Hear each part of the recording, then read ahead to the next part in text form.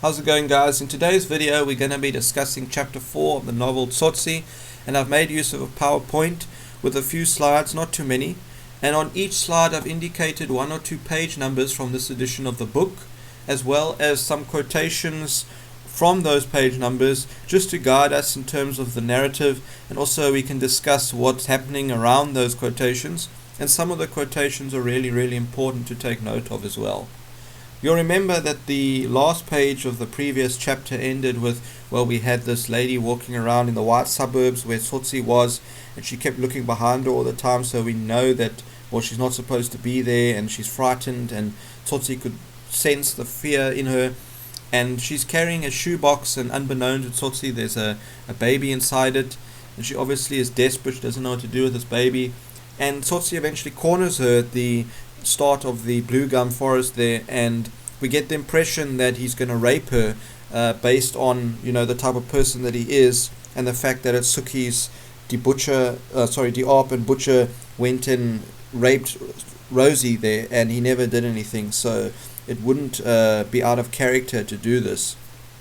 And it also talks about how his body was leaning up against her warm breasts and things like that, so as a reader we feel like this is what's going to happen. But she panics and she shoves the shoebox into his hands, and the lid falls off, and she runs off into the night, and he basically is just left staring at this box with a baby inside it. So chapter 4 on page 35 starts off in the morning now, Saturday morning, because that whole incident happened at that late Friday night, early Saturday morning. So it's now 9:30 in the morning, and we don't know where the baby is at this point. We'll find out a little bit later what he's done with the baby. He doesn't have the baby with him at the moment. He is standing outside this local shop in the township, a general dealer, and the owner is Kasim Ramadullah. Okay, an Indian man. But just before we get to that, the very first few words of the chapter says, when he darkened the doorway. In other words, when Tsotsi darkened the doorway.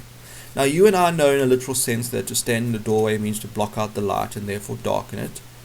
But I think it would be very elementary of us if we didn't address the whole lightness, darkness situation that we've been reading about up to this point, and we can back it up through the next 2 pages as well.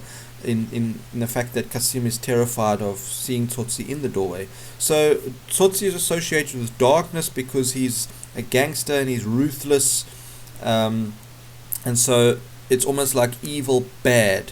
Alright, so by standing in the doorway, he's essentially making the doorway unpleasant. He's making the doorway bad, in a sense. He's darkening the doorway, and when Kasim sees him in the doorway, he gets terrified as well.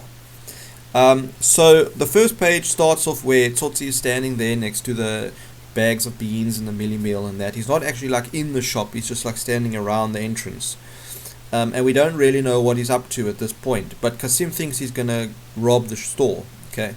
Now at the moment Kasim is dealing with a lady customer who's wanting to buy material with flowers on it and all that, and he's telling her to take a closer look and feel it and all that, and his wife is at the other end of the counter also dealing with a customer, and he looks around the shop quickly and he sees there are 8 people in the shop, and he thinks, okay, that's enough. No one's going to come and rob the shop with 8 people in the shop. Okay. So Tsotsi leaves and he gets a sigh of relief. And he discusses with his wife, you know, did you see that one? Yes. And the wife's very worried, and she's like, God forgive us. She's very nervous and all that. But unfortunately, at 10 o'clock, Tsotsi returns to the entrance. Alright. Now there's only an old man in the shop, and he's wanting to buy a tiki plug of chew tobacco. Now Kasim tells his wife to kind of stall him, to keep him there as long as possible. So he tells her to give him an extra inch, and the old man doesn't understand. He doesn't have enough money for an extra inch, and Kasim says, no, it's a gift to you because we respect you, you're an old man, all that.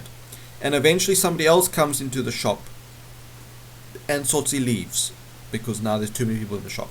So again, Kasim is relieved. Right.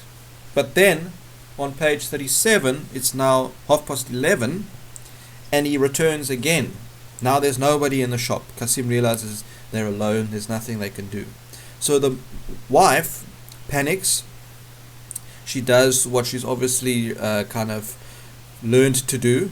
She grabs her kids, she goes into one of the back rooms, because they probably live there, goes into the back room, locks the door. So she keeps her and her children safe, because she thinks whatever's going to go down here in the shop, I don't want to be a part of it, and I don't want my children to be a part of it. So the young man, Tsotsi in other words, comes straight to the counter, and it tells us how nervous Kasim is. And eventually Tsotsi just says milk. And Kasim thinks to himself, what sounds like milk? Like, surely we can't have this gangster looking guy, this guy who looks so ruthless and aggressive and looks like trouble, coming to the shop and ask for milk. So he starts trying to think what rhymes with milk. But eventually Tsotsi says milk again. Yeah, milk. So then Kasim goes and leaves the counter after Tsotsi says baby milk, baby milk.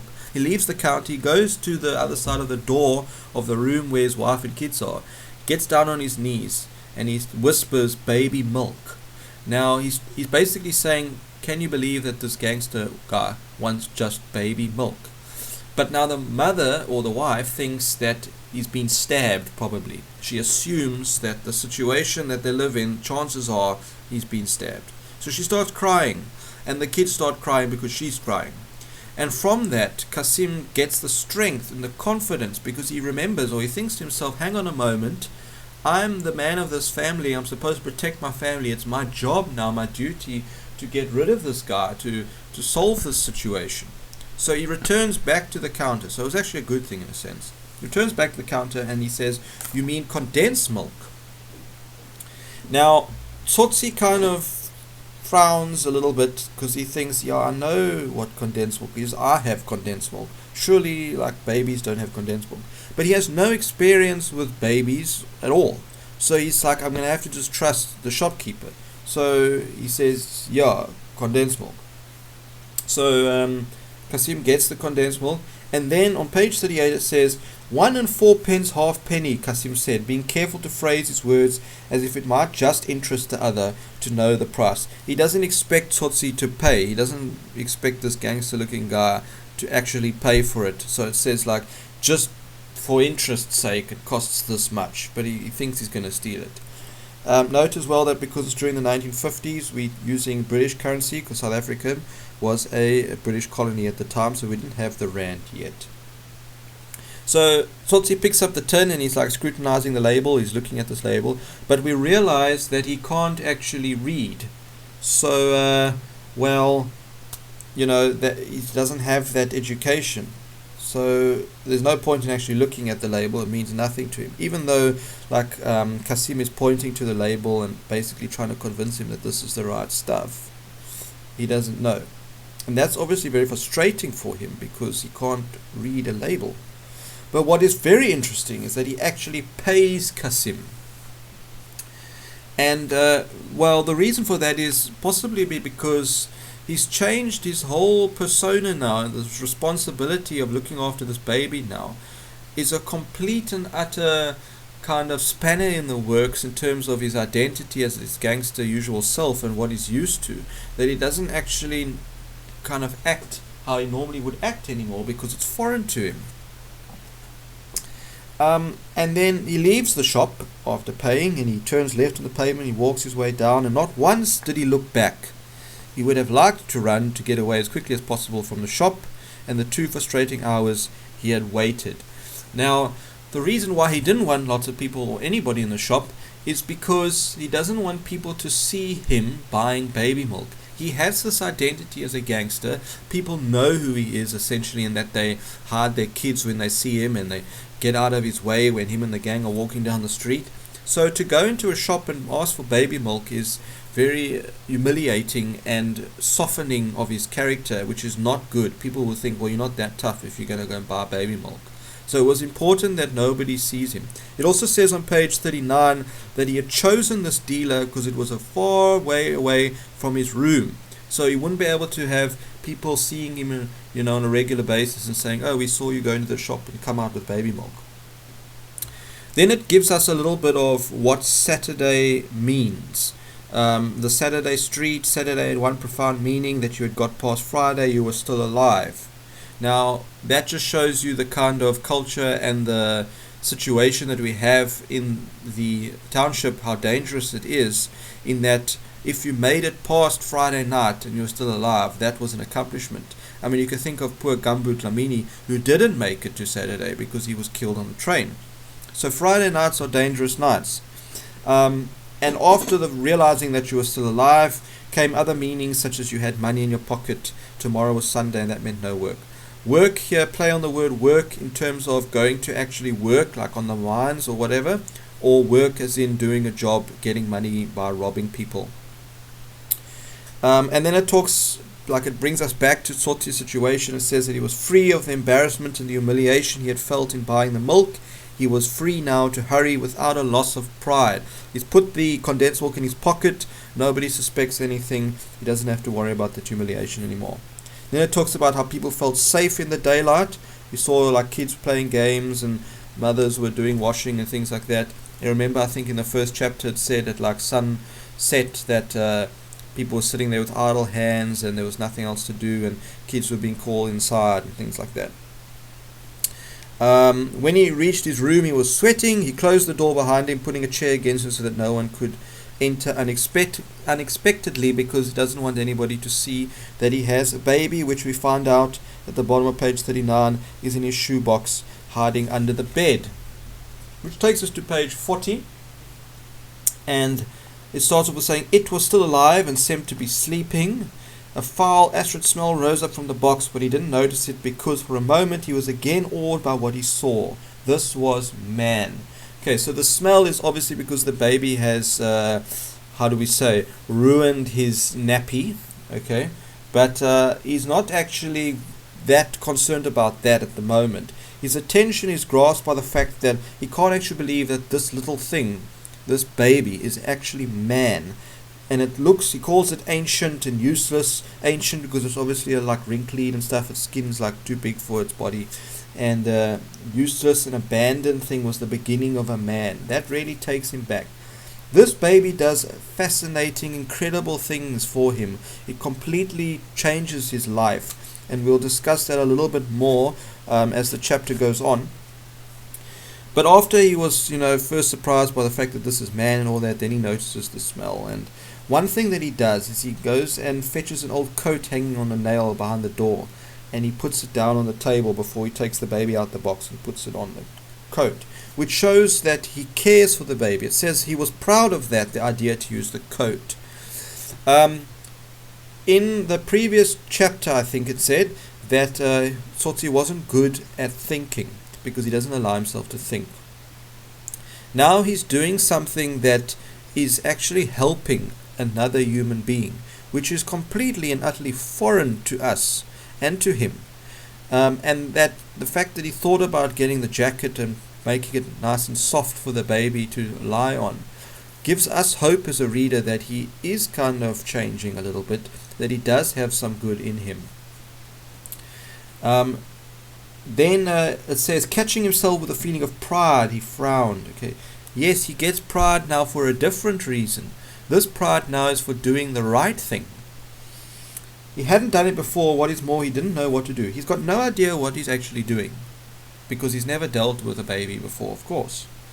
But he knows that the clothes had to be changed. And how would he do this? He would use one of his shirts. Good. Okay, I've put it over there. And again, another situation where he thought, I've come up with this idea on my own to help another human being. Then the baby begins to cry. We see at the bottom of page 40. And he realizes on page 41 that the baby is a boy. He then takes the tin of condensed milk out of his pocket. He sits down and examines it. Again, there's no point in examining it really because he, can't read. As he rested it on his hand, it was meaningless with its label and words, as a book in a language foreign to his own, which he could neither read nor write and only half spoke. Now, in one of the previous chapters, before he beats up Boston, he thinks about, oh God, here we go, books and words again. I'll wipe my backside with books and words.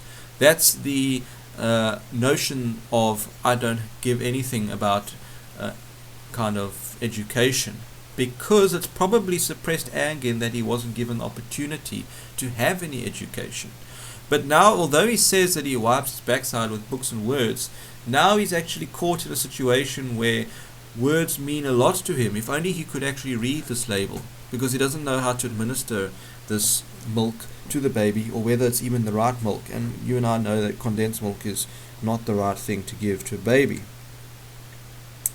When he had got back to his room early that morning with a shoebox, he had tried to give it water and bread soaked in water, but it all came drivelling out.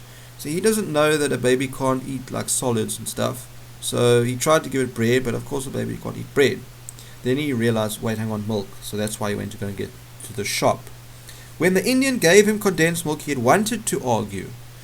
Condensed milk? He had been drinking condensed milk his whole damn life. But the Indian had said it was baby's milk and had pointed at all the words on the label. Studying them now, Tsotsi found them totally without meaning. So again, he didn't think that it was the right milk, but he had to trust the shop owner because he doesn't have the ability to read and figure it out for himself.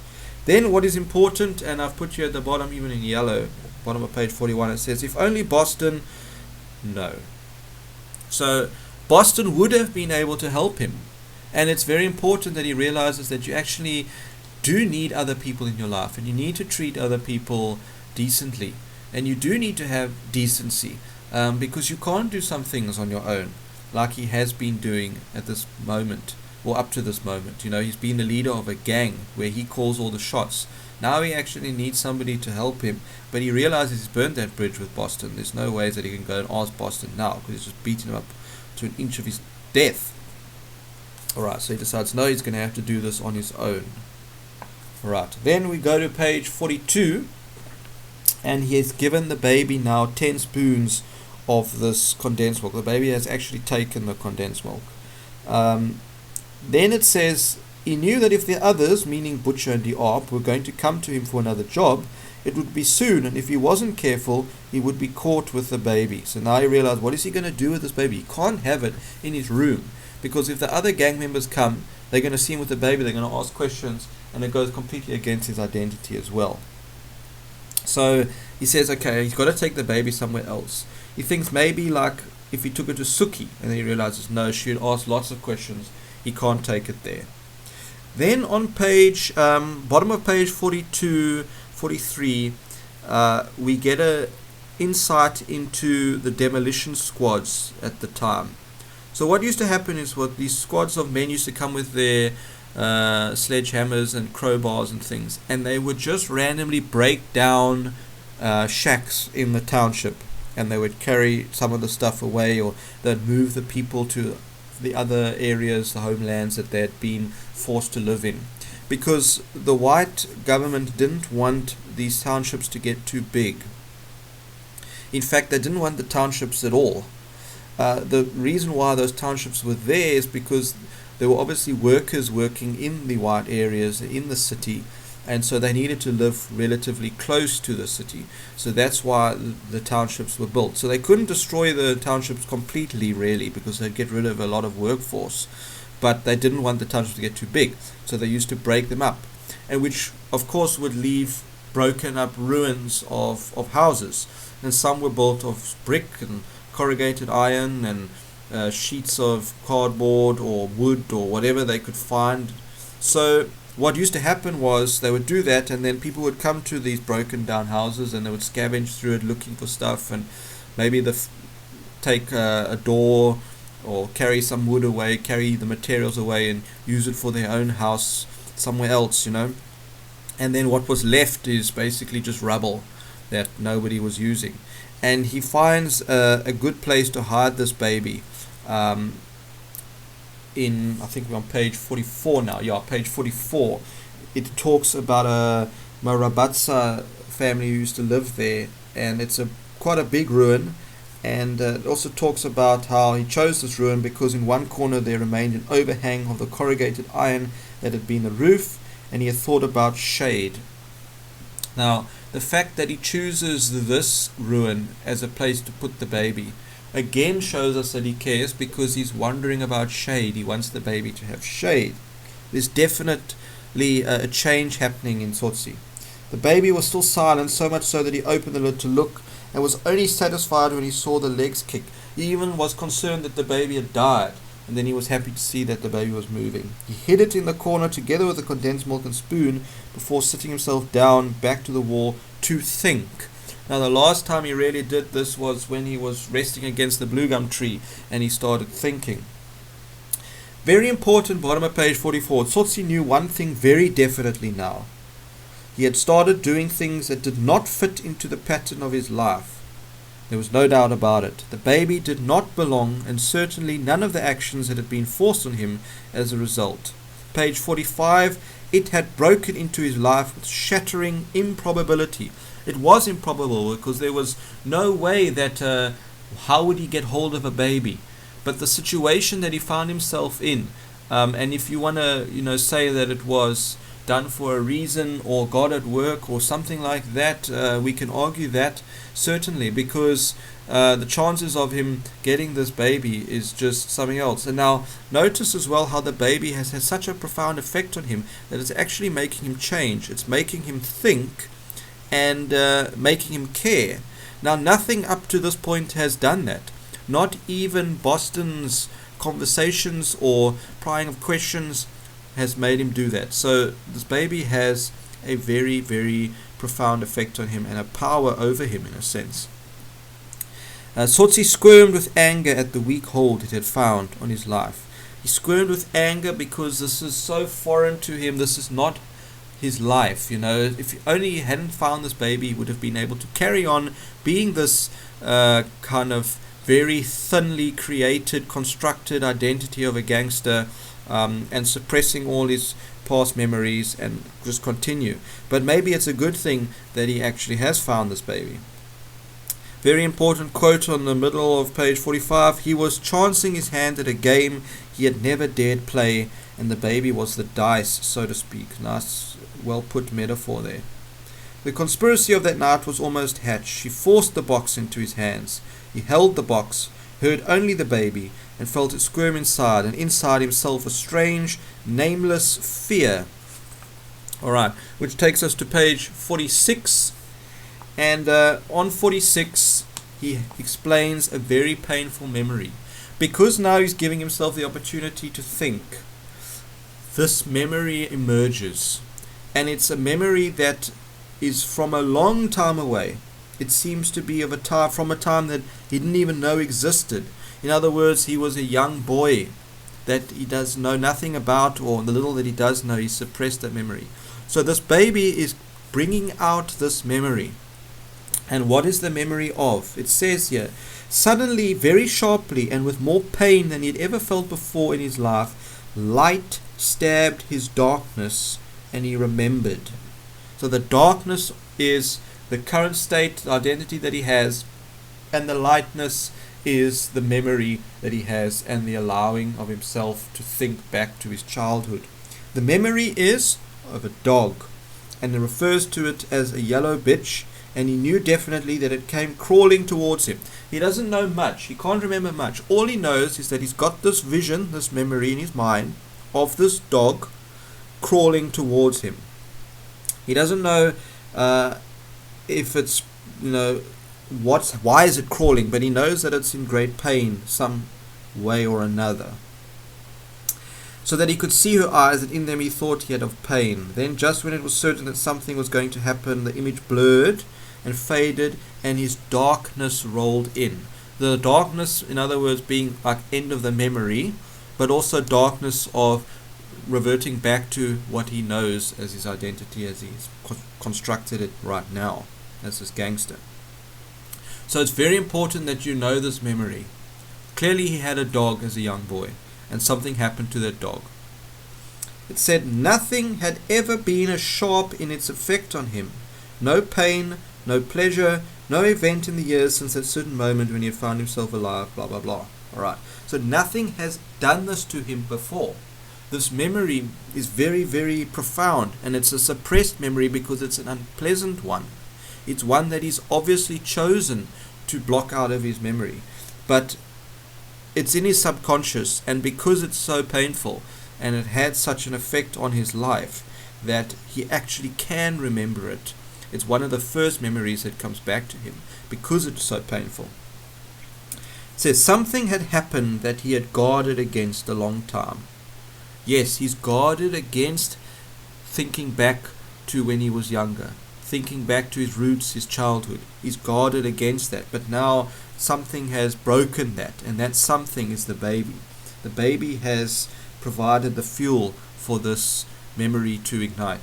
The next thought took a long time in coming, and when it did, it frightened him. He realizes, and it says at the top of page 47, he was curious. He had never been curious before. Now suddenly he wanted the answers. He knew his curiosity as a froth of futile questions that came to his lips.